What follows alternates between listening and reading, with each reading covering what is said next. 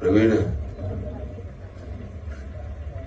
நீ என்ன மாதிரி ஆயிடுவோன்ற பயத்துலதான் நான் உன்னை திட்டிட்டே இருந்தேன்.